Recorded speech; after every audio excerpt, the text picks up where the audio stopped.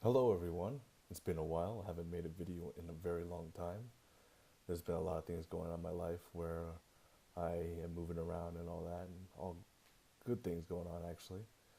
But one thing that really stuck to me is the importance of this young man, Safraz Khan, and how important he is in this tragic comedy of the pedoverse, or TCAP, if you will. So the reason why I like to go after these foreigners, if you will, if you could say that without being offended, is because let's stick with this. It's the immigrant family, if you think about it. So Fraz Khan, his parents were immigrant families, I believe, from India, and his family moved to Guyana, South America, and then up to the States. Now, that to me involves a lot of family sacrifices. The parents had to give up a lot of stuff, what they're used to, their cultures, their norms, lots of money, and what their comfort zone is to give a better life to their kids. That's the hope, right? And what attracts me to this is the failure that Safraz Khan shows in this opportunity.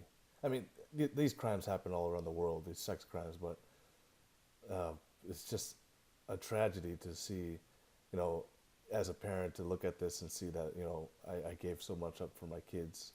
I escaped, tragedy and war, and in this situation, I don't think it's war, but other things, for a better life for me and my family. And my kid goes and tries to fuck a 13-year-old. So if you're not used to Safraz Khan, he's also known as Mowgli. Uh, Sorry about the wind. I'm trying to get used to this new software. So he looks kind of like Mowgli from the Jungle Book, and I think that was coined by Base Shaman. And sorry for the watermark around here. I'm trying to get used to this. So he was 25 when he was caught in.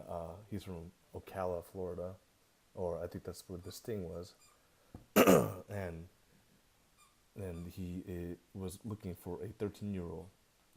And one of the significant things from this chat log is that he got extremely frustrated with the decoy because he wanted to appear younger than what he actually is. He kept saying, "Why don't I look 17?" Now I'm not being racist or making fun of his heritage. It's because I don't know if his chat log is still up on Base Shaman's site on his YouTube, but he speaks in such a horrible like Indian accent, which is actually really funny. And he doesn't have an accent at all. He has an American accent from being in the States for a long time. So sorry, I still got that chest cold. Uh, so this chat log is quite long. He just goes over, the same stuff. He's really self-conscious about the way he looks, how old he looks, and how he wants to feel. Lick the pussy and then have sex. Um, he's a fucking creep. All right. So sorry about the squeaking in the back. That's my puppy. I'll have to do something with him. So let's go ahead and start. This is his arrest video. He's actually being questioned. He's already been arrested. He's already been in trouble with Chris Hansen. And what you'll notice in this video is he's extremely ashamed. His head is down. He has a hard time making eye contact. Now this is relatable, not to me, but like to a lot of where I'm from, the people I see, that when there's times of extreme shame, it's really hard. That's just for any human, but it's just really pronounced with Safraz. And let's go ahead and start with Frazzy Fraz.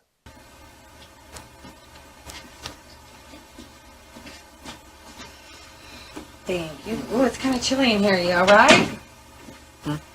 Okay? Just a lot of things going through my mind right now. Pardon? There's just a lot of things going through my mind right now. Yeah, I bet. I bet you must, mine must just be racing. Your name is Safraz? So he is just staring at the desk or the ground or whatever. He's not staring at the female investigator. And I'm not sure it's because he is intimidated by a female being in front of him. I know a lot of guys who are like super self-conscious about themselves have a tough time looking at women at any age. They could be way older than you or younger than you, but obviously he's been in trouble with the sting operation, and now he has to deal with this. And what you'll notice in this video is that he'll constantly look up and look down, look up and look back down, and it's embarrassing, and it shows that he's definitely not a very confident man. That's why he has to go after kids, and you'll see a lot of that. And So he has a lot of things going on in his mind right now. Well, no shit. Yeah, you got in trouble. You're on national television. Chris Hansen is it just fucked you in the ass totally, and and now he's probably thinking about his family and all that. First of all, thanks to Tix for providing this great content. Um, he actually just reached a record of 3,000 subscribers. So congratulations, Tix. I'm glad to be one of your subscribers. Thanks for providing us great content. Yeah. Zephyr, just excuse me, just 1 second. They get your cuffs comfortable for you? Yeah, it's fine. Well, this is kind of like I don't know. I would be kind of. Did they get your cuffs comfortable for you? I mean, I don't think these handcuffs are designed or engineered to be comfortable. I mean, they're metal, and sometimes they actually use zip ties, like one of those like bigger zip ties for like capturing people and all that. Did they get your cuffs comfortable for you? You know, it really hits home, like because no to him because he's not used to this, and I don't think he ever would think that would be used in a sentence. Did they get your cuffs comfortable for you? He is a college student. I don't know what he was studying, but he was a college student, and I don't.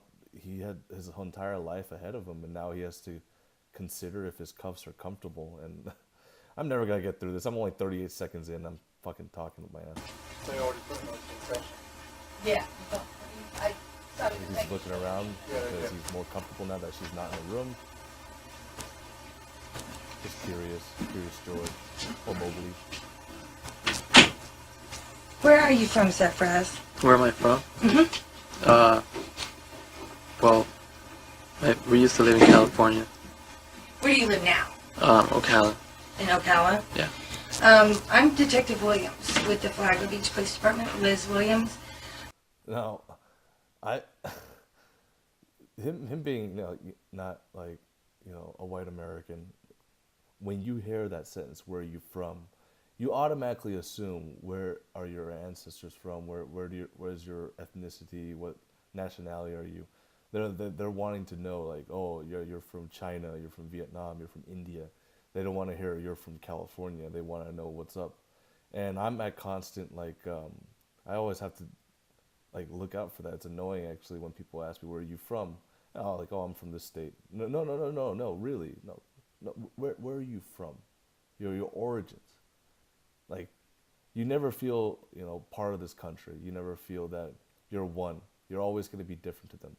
And I wonder if Safraz felt that way. I mean, obviously he said he's from California, but I think the detective actually could just wants to know like, no, seriously, what's your origin?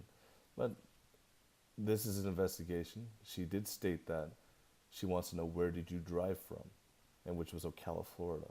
So, but it just triggers me in a way. I use the SJW term, trigger. It's annoying when a person that looks a little different is asked, no, really, where are you from? I know you're from California, but no, come on, tell me. Where are your parents from? Your grandparents, your great-grandparents? I feel you, Safraz. And what I would like to do is talk to you about what happened tonight. Okay. Before I do that, I want to let you know what your rights are. Have you ever been arrested before? Never. Hell no. Okay. You have the right to remain silent, and anything you say may be used as evidence against you. You have the right to talk to an attorney and have him with you now or at any time during questioning. If you cannot afford an attorney, one will be appointed to represent you. If at any time you wish to stop talking or have an attorney present, all questioning will be stopped at your request. And basically what that means is that I would like to talk to you, but you don't have to talk to me. If you choose to talk to me, and at any time you get uncomfortable, you don't want to talk anymore, then you can request to have an attorney present. Do you understand that? And are you willing to talk to me? I have some questions, but I don't know if it's appropriate to ask because I don't really understand the system to process that well. So, the Miranda rights are extremely important when you're arrested in this country. And the way she stated it, she stated the official government way, then the legal way, and then she broke it down for him exactly what those words mean in English, so you don't get confused. Now, a lot of these guys, they're like slave to mistresses. Like right at the end of his interview, he's like, "Can I get a lawyer?" or something like that. He didn't know what an attorney was, and that royally fucked him. And I think Safraz, in this case, if he has any questions, you're always told that if you have a question about something that's important, you really need to consider what you're doing. All he has to do is just keep his mouth shut. This is a horrible situation to be in. This is his fault. He knows that. But if he wants to save his own ass, he just needs to be quiet and just say, attorney. I'm waiting for an attorney. That's it. If I can't afford it, I'll wait for an assigned attorney. Or I'll just put it on my credit card. But Safraz here shows like very low confidence, and he doesn't know what he wants. He's afraid to say something that will make him look bad, or make him look stupid, or hurt him. But anybody with like with reputation for and love for yourself, you would know. I'm not familiar with this. Maybe I should stop and think, and do what's right, and just shut my fucking mouth and wait for a lawyer to come save me or something. That's all. But Safraz, you'll see, is just constantly wriggling around. Do you understand your rights? Yeah. But I don't want to say something that could make things worse for me. Right. Just don't say anything. Am I... Will I be spending the night in jail? That's one thing I won't lie to you, Lauren. You are going to jail tonight. Oh God. Oh God. Am I going to be spending the night in jail? Unless you could fucking like teleport. You went out and you attempted to have sex with a 13-year-old girl, and your chat log is explicit up the ass. It's extremely offensive. It's dirty. You're dirty little Mowgli. And what do you think? Like, if the cops weren't there, if Dateline wasn't there, NBC and everybody else, like, yeah, you'd be railing that chick left and right. She'd be violated.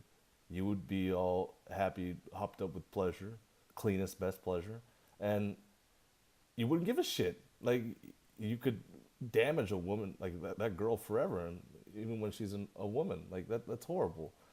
And you think you could just walk away and that's it? What he's concerned about is his family. What is his dad gonna think about this? What is mom gonna think about this? His siblings, aunts, uncles, everybody. And he just wants to hide. He just doesn't want this involved in his life. He knows how pissed off his parents are if they found out about this, and it's not good. Like you'll hear in a bit, like he actually has lots of brothers and sisters, and his dad's working and helping out other relatives, and that sucks to come home and find out that, hey, your son, he didn't just get in trouble. He tried to rape a girl, statutory rape, if you will, because she can't give consent. And he threw his life down the drain. College student, got everything going for him. And that's what he's thinking about. He just wants to, like, fucking hear that, no, you're not going to jail tonight, Safraz. After we're done railing your ass, we're going to let you go. And you're full of shit. Yes, you will. I gotta love his hair, though. When will I be released? Well, what's going to happen is you're going to go to our county jail, and then in the morning, which is not very far away now, you'll see the judge, and the judge will assign your bond. What does that mean? That means the judge, whether it's a male or female, is going to tell you how much bond, how much money you're going to have to pay to be able to get out of jail. And what that is it's kind of like an insurance policy to make sure that you're going to come back and go to your court hearings. Okay. Well, what does that usually entail? Is it, is it going to be something like how much money are we talking about? So I can't believe he asked this question. Like, how much money is this gonna cost me, to get out of jail? Like, are you fucking kidding me? She can't speak on a judge's behalf. What are you gonna ask next? Do you guys take student discounts? Do you guys got a Groupon deal for this? Buy one jail sentence, get one free. One bail, get one free. Can I get a finance plan? It's up to the judge, and that's it. You either pay that or you fucking stay in jail for a long time. I'm having mini syllables right now. It's such a naive question to ask, and you can see how serious he is because he's willing to pay anything out of his pocket so he could bounce off home tonight and pretend nothing bad happened, and he'll try to deal with this problem on his own. this is an expensive problem, and you got yourself in this mess.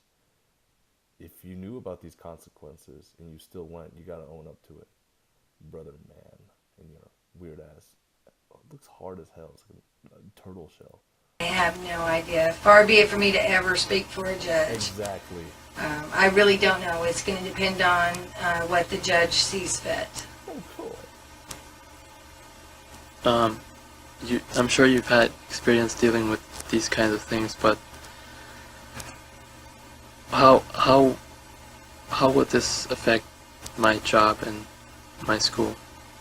I haven't had a chance to even talk with you. I don't know where you work or where you go to school or anything. So I don't have any idea. Okay. Okay. Obviously, if you work with young teenage girls, then it's going to affect your job. Okay, but I don't know that about you.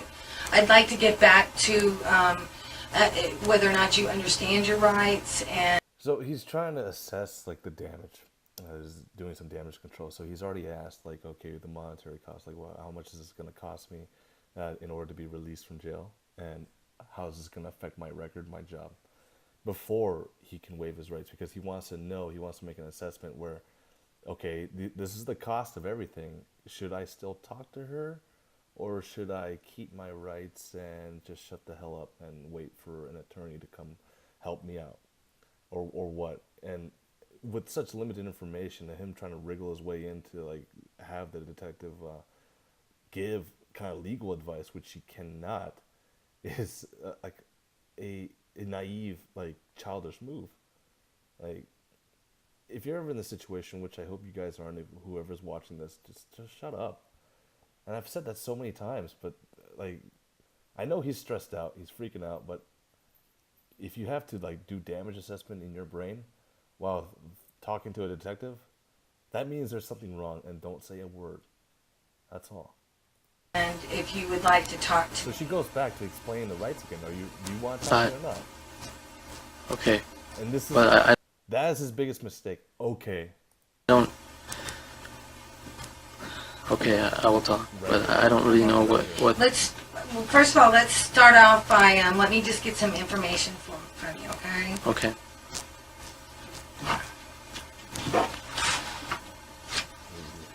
Flowing spit. Do you have a middle name? No. And am I saying your name right? Safraz? Safraz. Safraz. Yeah. I'm really sorry about that. Forgive me if I get that wrong. It's okay. Stop. I just feel really terrible right now. Andrew. And your birthday's 9/13 of 81? Yeah. How old does that make you? 25. Oh, yeah, I did mention this. He is 25, right here. But in the chat, he states he's 22. There's no time jump here. This is, sorry, November 16th, 2006. And he was arrested, you know, like shortly after this. So they've been talking for, that never happens. What am I thinking? So he lied about his age so he could seem younger. Him being 25 probably bothered him a lot.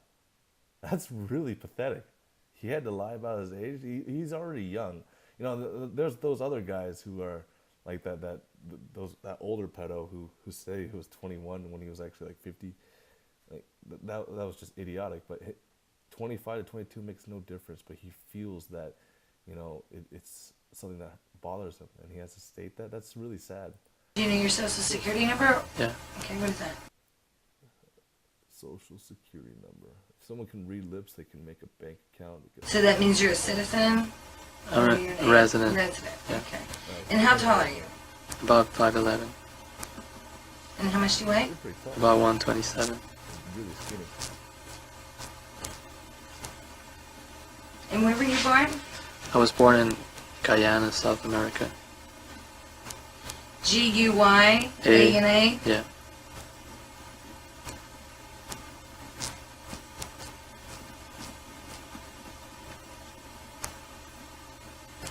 And do you have any scars, marks, or tattoos? No. Do you have any surgical scars? None that's visible. Okay, and you said you were a student? Yes.